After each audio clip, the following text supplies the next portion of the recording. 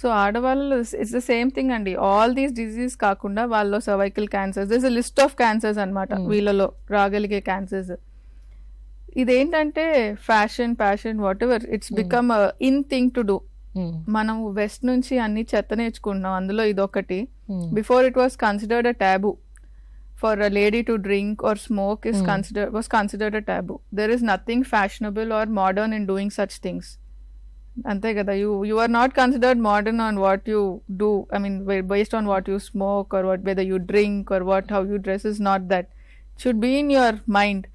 You double itchy, you are getting diseases. True. And it's worse when women smoke. ఎందుకంటే imagine women carrying her 2-year-old child. మనకు వెస్ట్కి వెళ్తే, ఇప్పుడు Europe అవన్నీ వెళ్తే అలానే కనిపిస్తుంది. ఓ 1.5-year-old చైల్డ్ని ఎత్తుకొని ఆవిడ సిగరెట్ తాగుతూ ఉంటుంది. ఇప్పుడు ఆ చైల్డ్ ఏజ్ నుంచి స్మోకింగ్ మొదలు పెట్టినట్టు? అంతే, 1 year నుంచి కదా స్మోక్ చేస్తుంది.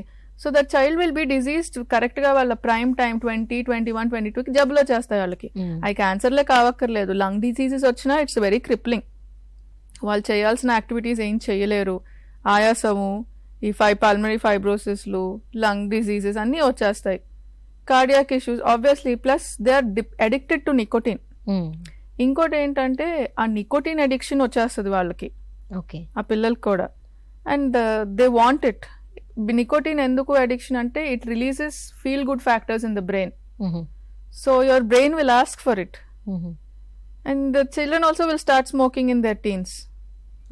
అందుకే they get lot of cancers అక్కడ.